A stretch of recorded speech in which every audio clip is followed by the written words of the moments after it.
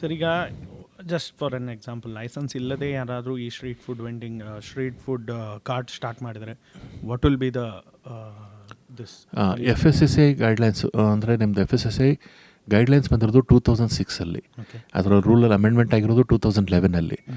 ಈಗ ತಾವು ರಿಜಿಸ್ಟ್ರೇಷನ್ ಆಗಲಿ ಅಥವಾ ಲೈಸೆನ್ಸ್ ಇಲ್ಲದೆ ನೀವು ಫುಡ್ ಬಿಸ್ನೆಸ್ ಆಪ್ರೇಟ್ ಮಾಡ್ತಾ ಇದ್ದೀರ ಅಂದರೆ ಯು ಆರ್ ಕಲ್ಪೇಬಲ್ ಇದ್ದಲ್ಲಿ ತಮ್ಮ ಮೇಲೆ ಒಂದು ನಾವು JMFC ಕೇಸ್ ಕೂಡ ಮಾಡ್ಬೋದು ಅಥವಾ ADC ಕೇಸ್ ಕೂಡ ಮಾಡ್ಬೋದು.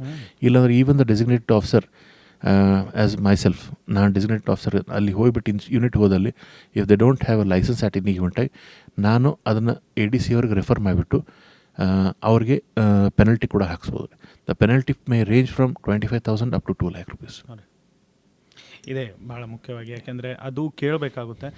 ಕ್ಲೌಡ್ ಕಿಚನಿಂಗ್ಗಳ ಬಗ್ಗೆ ಮಾತನಾಡೋಣ. ಇತ್ತೀಚಿನ ದಿನಗಳಲ್ಲಿ ಆನ್ಲೈನ್ನಲ್ಲಿ ಫುಡ್ ಆರ್ಡರ್ ಮಾಡೋದು ಬಹಳ ಸಾಮಾನ್ಯ. ನಾವೀಗ ಶಾಪಿಂಗ್ ಬಗ್ಗೆ ತಾವು ಹೇಳಿದರೆ ಆರಂಭದಲ್ಲಿ 50 to 60% ಆಫ್ ಇರುತ್ತೆ ಅಂತ, ಆದರೆ ಈಗ ಆನ್ಲೈನ್ನಲ್ಲಿ ಫುಡ್ ಡೆಲಿವರಿಗೋಸ್ಕರನೂ 60 to 70% ಆಫ್ನಲ್ಲಿ ಅದನ್ನು ನೋಡಿ ಎಲ್ಲರಿಗೂ ಒಂದು ಆಸೆ ಬಂದೇ ಬರುತ್ತೆ. ಅಂಥ ಸಂದರ್ಭದಲ್ಲಿ ಕ್ಲೌಡ್ ಕಿಚನಿಂಗ್ಗೆ ಏನಾದರೂ ನಿಯಮ ಇದೆ, ಅದ್ರ ಬಗ್ಗೆ ಸ್ವಲ್ಪ ಸ್ಪೆಸಿಫಿಕ್ ಆಗಿ ಕ್ಲೌಡ್ ಕಿಚನಿಂಗ್ಗೋಸ್ಕರ ಅವರು ಕೂಡ ಲೈಸೆನ್ಸ್ ತೊಗೊಳ್ಳೇಬೇಕಾಗುತ್ತೆ. ನಮ್ಮ ಹತ್ರ ಲೈಸೆನ್ಸ್ ತೊಗೊಂಡಿರ್ಬೇಕಾದ್ರೆ will be monitoring them and on a basis of 6 months, at least once in 6 months ಹೋಗ್ತಾ ಇರ್ತೀವಿ. ಅವ್ರ ಯೂನಿಟ್ ವಿಸಿಟ್ ಮಾಡಿದಾಗ ನಾವು ಅವ್ರ ಎಂಪ್ಲಾಯಿ ಹೆಲ್ತ್ ರೆಕಾರ್ಡ್ಸ್ ಕೂಡ ಚೆಕ್ ಮಾಡ್ತೀವಿ. ಅಲ್ಲಿ ಪೆಸ್ಟ್ ಕಂಟ್ರೋಲ್ ಮಾಡ್ಸ್ಯಾರೆಲ್ಲ ಚೆಕ್ ಮಾಡ್ಕೋತೀವಿ. Hygienic environment of the kitchen, R the using 1 stage and 3 stage water purifiers. If it is directly being used in food ಅಂದರೆ ಊಟಕ್ಕೆ ಬಳಕೆ ಮಾಡ್ತಾ ಇದ್ದಾರೆ ಅಂತಂದರೆ ಅಟ್ಲೀಸ್ಟ್ 3 stage ಪ್ಯೂರಿಫೈಡ್ ವಾಟರ್ ಇರಬೇಕು. ಅದು ಪಾತ್ರೆಗಳು ತೊಳಿಲಿಕ್ಕೆ ಕೂಡ 1 stage ಪ್ಯೂರಿಫೈಡ್ ವಾಟರ್ ಬೇಕಂತ ಹೇಳ್ತಾ ಇದ್ದೀವಿ ನಾವು. Yes, you have to have at least a little bit filtered water. 1 stage filter water ಆದರೂ ಪಾತ್ರೆ ತೊಳಿಲಿಕ್ಕೆ ಯೂಸ್ ಮಾಡಬೇಕು. ಜನರು ಸೇವಿಸ್ತಾ ಇದ್ದಾರೆ ಅಂತಂದರೆ 3 stage ಪ್ಯೂರಿಫೈಡ್ ವಾಟರ್ ಇರಲೇಬೇಕು ಅಲ್ಲಿ. ಸೊ ಇದಕ್ಕೆ ಫುಡ್ ಒಳಗೆ ಹಾಕ್ತಿರ್ಬೇಕಾದ್ರೆ ಈಗ ಒಂದು ರೈಸ್ ಕುದಿಲಿಕ್ಕೆ ಹಾಕ್ಬೇಕಾದ್ರೆ ನೀರು ಹಾಕ್ತಿರ್ಬೇಕಾದ್ರೆ it should be either filtered water or it should be 3 stage purified water. ಇವೆಲ್ಲ ಪ್ಯಾರಾಮೀಟರ್ಸ್ ಇರ್ತಾವೆ ರೀ. Whenever we visit any cloud kitchen or any kitchen, ಅವು ಬೇಸಿಕ್ ಅಮ್ಯುನಿಟೀಸ್ ಎಲ್ಲ ಅದಾವು ಇಲ್ಲಿ ಚೆಕ್ ಮಾಡಿಕೊಂಡು ಅದ್ರ ಪ್ರಕಾರ ಮಾಡ್ತೀವಿ. ಆ್ಯಂಡ್ ಅದ್ರ ಜೊತೆಗೆ ನಾವು ಅವ್ರ ಸ್ಟೋರ್ ಕೂಡ ಹೋಗ್ತೀವಿ.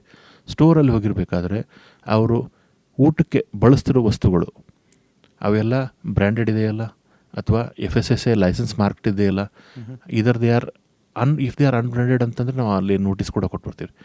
ಅದು ಹೆಂಗಂದರೆ ಪ್ಯಾಕೇಜ್ ಫುಡ್ಸ್ ಏನಾದರೂ ಯೂಸ್ ಮಾಡ್ತಾಯಿದ್ದಾರೆ. ಜಸ್ಟ್ ಫಾರ್ ಎಕ್ಸಾಂಪಲ್ ಒಂದು ನೂಡಲ್ಸ್ ಯೂಸ್ ಮಾಡ್ತಾಯಿದ್ದಾರೆ ಅಂತ ತಿಳ್ಕೊಳ್ಳಿ. ಅಲ್ಲಿ ಹೋಗಿದ್ದಲ್ಲಿ ನಾನು ನೂಡಲ್ಸ್ ಚೆಕ್ ಮಾಡಿದಲ್ಲಿ ಆ ನೂಡಲ್ಸ್ ಪ್ಯಾಕೆಟ್ ಮೇಲೆ 6 ಮಿನಿಮಮ್ ಕ್ರೈಟೀರಿಯಾಸ್ ಇರ್ತಾವೆ ರೀ. Is it vegetarian, that should be mentioned.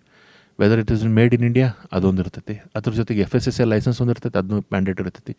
ಅದ್ರ ಜೊತೆಗೆ production date and best before or use before or expiry date. These are 6 parameters which are required in all the food products that we are using. ಆಹಾರದ ಬಗ್ಗೆ, ಅದು ಅಸುರಕ್ಷಿತ ಆಹಾರದ ಬಗ್ಗೆ ಮಾತನಾಡೋಣ. ಅಸುರಕ್ಷಿತ ಆಹಾರ ಸೇವನೆ ಮಾಡಿದಾದ ತಕ್ಷಣ ಆಗೋ ರೋಗಗಳು, ಅದ್ರ ಬಗ್ಗೆ ಸ್ವಲ್ಪ ತಿಳಿಸಿ. ಈಗ ತಮಗೆಲ್ಲರೂ ಗೊತ್ತಿರೋ ಪ್ರಕಾರ ಅಸುರಕ್ಷಿತ ಆಹಾರ ಅಂತಂದರೆ ಏನು ರೀ, ಈಗ ಫಿಸಿಕಲ್ ಕಂಟ್ಯಾಮಿನೇಷನು ಆಗ್ಬೋದು, ಕೆಮಿಕಲ್ ಕಂಟ್ಯಾಮಿನೇಷನ್ ಕೂಡ ಆಗ್ಬೋದು. ಫಿಸಿಕಲ್ ಕಂಟ್ಯಾಮಿನೇಷನ್ ಅಂದರೆ ಯಾರಾದರೂ ಒಬ್ಬರು ಎಂಪ್ಲಾಯಿ, ಈಗ ನಿಮ್ಗೆ ಜಸ್ಟ್ ಎಕ್ಸಾಂಪಲ್ ಕೊಡಬೇಕಂದ್ರೆ ಒಂದು ಕಾಲರಾ ಆಗಿರೋ ಇಂಡಿವಿಜುವಲ್ ಬಂದುಬಿಟ್ಟು ಅಡುಗೆ ಮಾಡ್ತಾಯಿದ್ದಾನೆ, ಅವನು ಸ್ವಚ್ಛತೆ ಉಪಯೋಗಿಸ್ತಾ ಇಲ್ಲ, ಅದೇ ಕೈಯಿಂದ ಫುಡ್ ಮಾಡಿ ತಯಾರು ಮಾಡಿ ಬೇರೆದವ್ರು ಕೊಟ್ಟಾನ, ಅವ್ರಿಗೆ ಕೂಡ ಕಾಲರಾ ಆಯಿತು, ವಾಂತಿ ಭೇದಿ ಪ್ರಕರಣ ಸ್ಟಾರ್ಟ್ ಆಯಿತು. ಇದು ಡೈರೆಕ್ಟ್ ಕಾಸ್ ಆಗ್ಬೋದು. ಇಂಡೈರೆಕ್ಟ್ ಕಾಸಸ್ ಅಂತ ಇದೆ. ಸಿಂಥೆಟಿಕ್ ಫುಡ್ಸ್ ಕೆಲವೊಂದು ಯೂಸ್ ಮಾಡ್ತಾರೆ, ಸಿಂಥೆಟಿಕ್ ಕಲರಿಂಗ್ ಏಜೆಂಟ್ಸ್ ಯೂಸ್ ಮಾಡ್ತಿರ್ತಾರೆ, ಅಥವಾ ರೀಯೂಸ್ಡ್ ಆಯಿಲ್ ಯೂಸ್ ಮಾಡೋದ್ರಿಂದ ಆಗಲಿ, ಅಜಿನೋಮೋಟೊ ಯೂಸ್ ಮಾಡೋದ್ರಿಂದ ಆಗಲಿ. ಇವೆಲ್ಲ ತಮಗೀಗ ಗೊತ್ತಿರೋ ಪ್ರಕಾರ ಈಗ ಲೈಫ್ ಸ್ಟೈಲ್ ಡಿಸೀಸಸ್ ಅಂತ ಬಂದಿರ್ಬೋದು. ಹೈಪರ್ ಟೆನ್ಷನ್ ಆಗಲಿ, ಶುಗರ್ ಆಗಲಿ, ಅದ್ರ ಜೊತೆಗೆ ಕ್ಯಾನ್ಸರ್ ಆಗಲಿ ಈಗಿನ ಇತ್ತೀಚಿನ ಪ್ರಮಾಣದಲ್ಲಿ ಜಾಸ್ತಿ ಕಂಡುಬರ್ತಾ ಇದ್ದಾವೆ. ಈಗ ಫಾಸ್ಟ್ ಫುಡ್ಸ್ ತಿನ್ನೋದ್ರಿಂದ, ಅದ್ರ ಜೊತೆಗೆ ಈಗ ಸಿಂಥೆಟಿಕ್ ಫುಡ್ಸ್ ಅದು ತಿನ್ನೋದ್ರಿಂದ, ಸಿಂಥೆಟಿಕ್ ಏಜೆಂಟ್ಸ್ ಆ್ಯಡ್ ಮಾಡ್ತಾ ಇರೋದ್ರಿಂದ ಇದೆಲ್ಲ ಆಗ್ತಾಯಿದೆ. ಸೊ ಸಿಂಥೆಟಿಕ್ ಏಜೆಂಟ್ಸ್ ಆದಷ್ಟು ಎಲ್ಲ ಕಡೆ ಬ್ಯಾನ್ ಮಾಡಾಗಿದೆ. Whatever we get synthetic agents ಏನಾದರೂ ನಮ್ಮ ಕಿಚನಲ್ಲಿ ಸಿಕ್ತಂದರೆ will be directly fining the kitchen owners for that part. Ajinomoto ಅಂದ ತಕ್ಷಣ ಎಲ್ಲರಿಗೂ ನೆನಪಾಗೋದು ಫಾಸ್ಟ್ ಫುಡ್, ಚೈನೀಸ್. ಎಸ್, ಅಂಥ ಸಂದರ್ಭದಲ್ಲಿ ಅದು ಕಂಪ್ಲೀಟ್ಲಿ ಬ್ಯಾನ್ ಆಗಿದೆಯಾ ಹೇಗೆ? Yes, it is banned. Synthetic colouring agents have been banned, Ajinomoto is banned.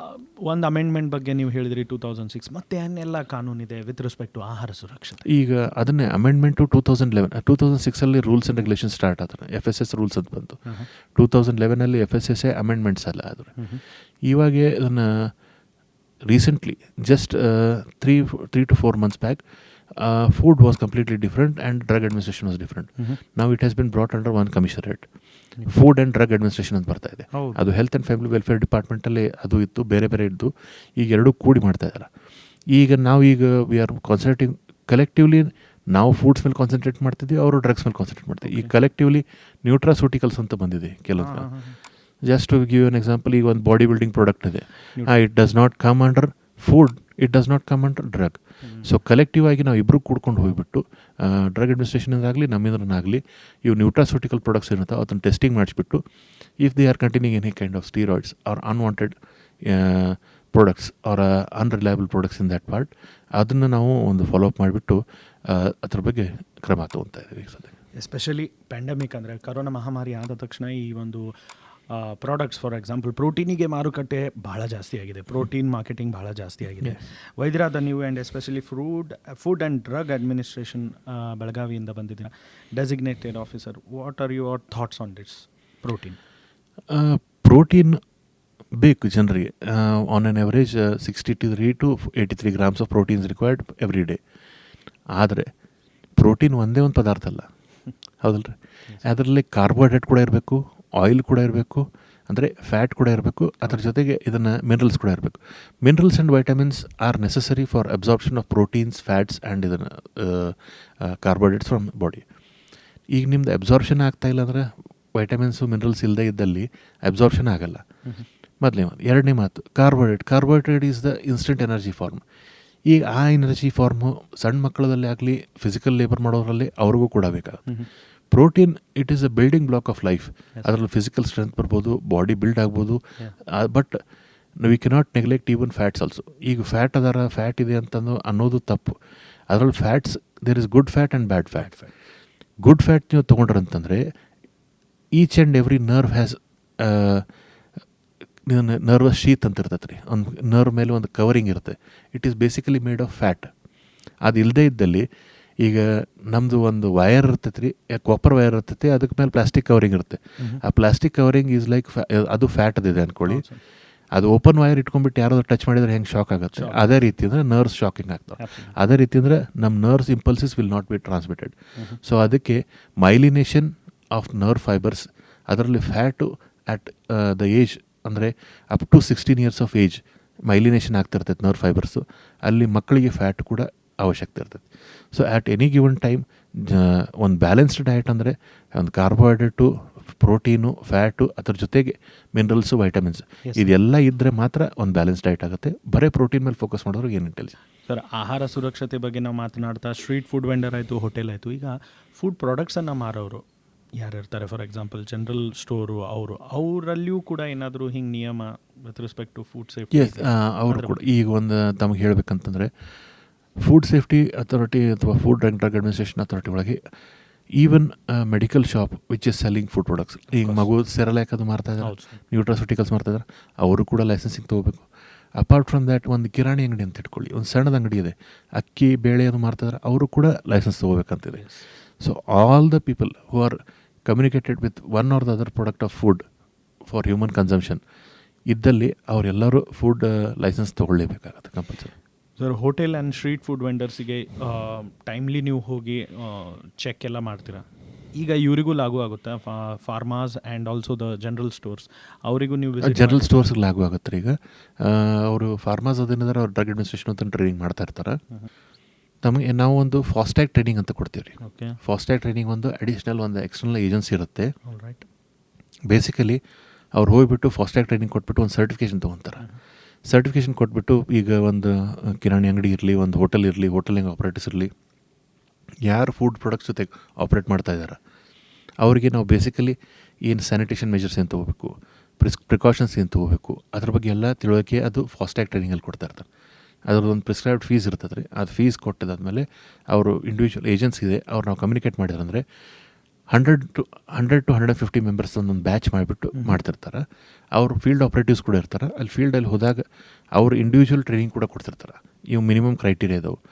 Food products ಇದ್ರದ್ದು ಈ ರೀತಿ ಸ್ಟೋರ್ ಮಾಡಬೇಕು, ಅದ್ರ ಬಗ್ಗೆ ಇದನ್ನು ನೀವು ಬ್ರ್ಯಾಂಡಿಂಗ್ ಬಗ್ಗೆ ಚೆಕ್ ಮಾಡ್ಕೋಬೇಕು, ಅದ್ರ ಜೊತೆಗೆ ಬೆಸ್ಟ್ ಬಿಫೋರ್ ಡೇಟ್ ಚೆಕ್ ಮಾಡ್ಕೊಳ್ಳೋದು, ಇದೆಲ್ಲದ್ರ ಬಗ್ಗೆ ತಿಳುವಳಿಕೆ ಕೊಡ್ತಿರ್ತಾರೆ ಫಾಸ್ಟ್ಯಾಗ್ ಟ್ರೈನಿಂಗಲ್ಲಿ.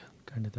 ಈಗ ಗ್ರಾಹಕರು ಯಾವುದೇ ಒಂದು ಹೋಟೆಲಿಗೆ ಹೋದರೆ and they are served on stale food ಅಥವಾ ಫುಡ್ ಸರಿ ಇಲ್ಲ, how can they reach you? ನಿಮ್ಮನ್ನು ಹೇಗೆ ಅವರು ಕಂಪ್ಲೇಂಟ್ ಹೇಗೆ ಗ್ರೀವಿಯನ್ಸಸ್ ಎಲ್ಲಿ ಶೆಡ್ಯೂಲ್ ಮಾಡಿ? ಈಗ ನಾನು ಹೇಳಿದೆ ತಮಗೆ FSSAI ಅಂತಂದರೆ ಅಥವಾ ಫಾಸ್ಕೋರಿಸ್ ಅಂತಂದರೆ ತಾವು ಟೈಪ್ ಮಾಡಿದ್ರಂದರೆ it will directly take you to our site. Online ಮುಖಾಂತರ ತಮಗೇನಾದರೂ ತೊಂದರೆ ಇತ್ತು, ತಮಗೇನಾದ್ರೆ ಸ್ಟೀಲ್ ಫುಡ್ ಅನಿಸಿತ್ತಂದರೆ you can take few photographs of that part. Photographs ತೊಗೊಂಡ್ಬಿಟ್ಟು ತಾವು ಅದು ಪೇಮೆಂಟ್ ಮಾಡಿರೋದು ಬಿಲ್ದೊಂದು ಕಾಪಿ ಒಂದು ತೊಗೊಂಡ್ಬಿಟ್ಟು ನಮಗೆ ಆನ್ಲೈನ್ ಗ್ರೀವಿಯನ್ಸ್ ನೀವು ರೇಸ್ ಮಾಡ್ಬೋದು. ನೀವು ಆನ್ಲೈನ್ ಗ್ರೀವಿಯನ್ಸ್ ರೇಸ್ ಮಾಡಿದ ಕೂಡ there is 30 days for us to respond. ಅಷ್ಟರೊಳಗಾಗಿ ನಾವು ರೆಸ್ಪಾಂಡ್ ಮಾಡ್ತೀವಿ. ಇದು public grievance. At any given time ಜನರಿಗೆ ಅನುಕೂಲ ಅನಿಸ್ಲಿಲ್ಲ ಅಥವಾ ಏನಾದ್ರು ತಪ್ಪು ಅನಿಸ್ತಂದರೆ they can reach to taluka food safety officers and also designate officer, that is myself. ನಮ್ಮ ನಂಬರ್ಸ್ ಎಲ್ಲ ಫೋನ್ ನಂಬರ್ ಅದನ್ನು ಆನ್ಲೈನ್ ಇರುತ್ತೆ.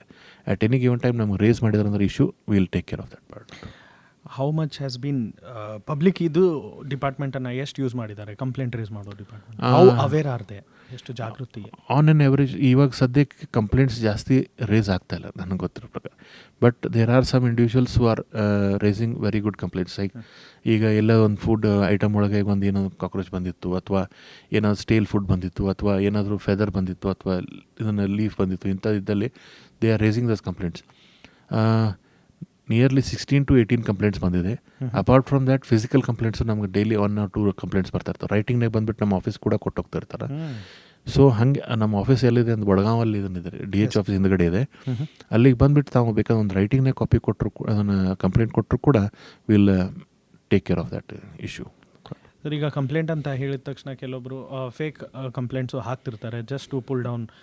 ಅದನ್ನು ನೀವು ಎನ್ಕೌಂಟರ್ ಮಾಡಿದ್ರೆ and what is the repercussion? ನಾವು ಫಿಸಿಕಲಿ ಹೋಗಿ ವಿಸಿಟ್ ಮಾಡ್ತೀವಿ. ಅವ್ರು ಎಲ್ಲಿ ಕಂಪ್ಲೇಂಟ್ ಕೊಟ್ಟಿರ್ತಾರಲ್ರಿ, ನಾವು ಫಿಸಿಕಲಿ ಹೋಗಿ ವಿಸಿಟ್ ಮಾಡ್ತೀವಿ.